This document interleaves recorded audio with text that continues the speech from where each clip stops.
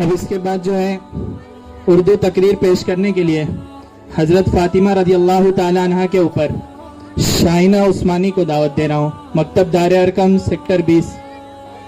شائنہ عثمانی.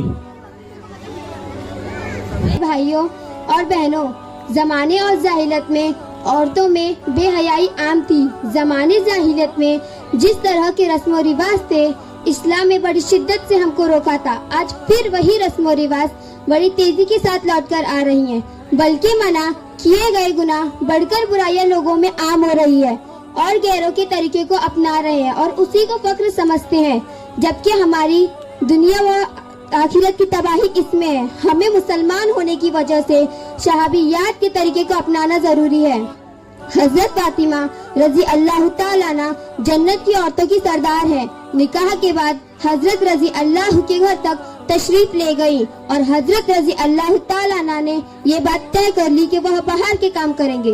حضرت رضی اللہ تعالیٰ عنہ حضرت فاطمہ رضی اللہ تعالیٰ عنہ گھر کے اندر کی کام کریں گی. چنانچہ فاطمہ حضرت رضی اللہ تعالیٰ عنہ بڑی محنت سے گھر کے کام کرتی، شوہر کی خدمت کرتی اور بچوں کی تربیت کرتی.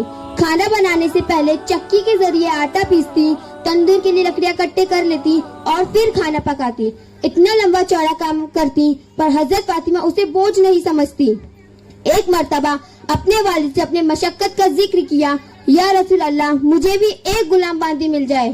آپ صلی اللہ علیہ وسلم نے کہا جب تک مدینہ والوں کو غلام باندی نہ مل جائے میں تمہیں غلام باندی دینا پسند نہیں کرتا.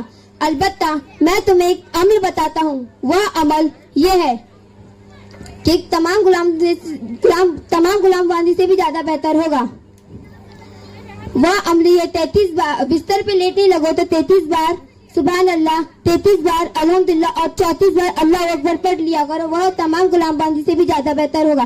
حضرت فاطمہ رضی اللہ تعالیٰ عنہ اس پر مطمئن ہو گئی، اس لیے اسے تسبیح فاطمی کہا جاتا ہے. آپ صلی اللہ علیہ وسلم نے اپنی بیٹی کو عورتوں کے لیے مثال بنا دیا اور عورت اپنے شوہر کے گھر پر اور اپنی اولاد پر ذمہ دار ہو گئی. گویا عورت کو دو چیز دی گئی ہے، ایک شوہر، دوسری اس کی اولاد، یعنی گھر کی حفاظت کرے اور اولاد کی دیکھ بھال اور بچوں کی دیکھ بھال کرے.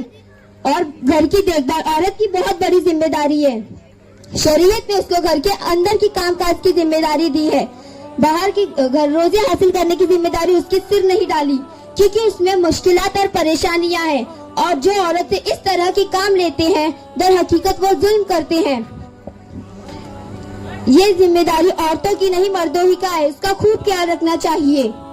جو عورت روزی حاصل کرنے کے لیے گھر سے باہر قدم رکھے گی در حقیقت اس کے اندر سے شرم و حیا ختم ہو کر رہے گی. مغربی ممالک میں جو کچھ ہو رہا ہے وہ سب آنکھوں کے سامنے ہے، اور عورت کو مردوں کے برابر کھڑا کر کے ان کے اندر سے شرم و حیا کی چادر کھینچ لیا گیا اور مردوں کے ساتھ کھڑا کرنے کے بہانے ذلت و پستی کے بعد دھکیل دیا گیا. اور جو عورت دن بھر آفس میں یا کمپنی کا کام کرے گی وہ شام کو خود تکی مند ہوگی، تو کیسے ممکن ہے کہ شوہر کی خدمت کرے اور اپنی اولاد کی تربیت کرے. اور جب تک شوہر کی خدمت نہیں ہوگی یہیں سے دونوں میں نفرتیں اور دشمنیاں پیدا ہوگی، جس کی وجہ سے دوسری برائیاں پیدا ہوگی اور لڑائی جھگڑے ہوں گے اور بات کہیں سے کہیں چلی جائے گی.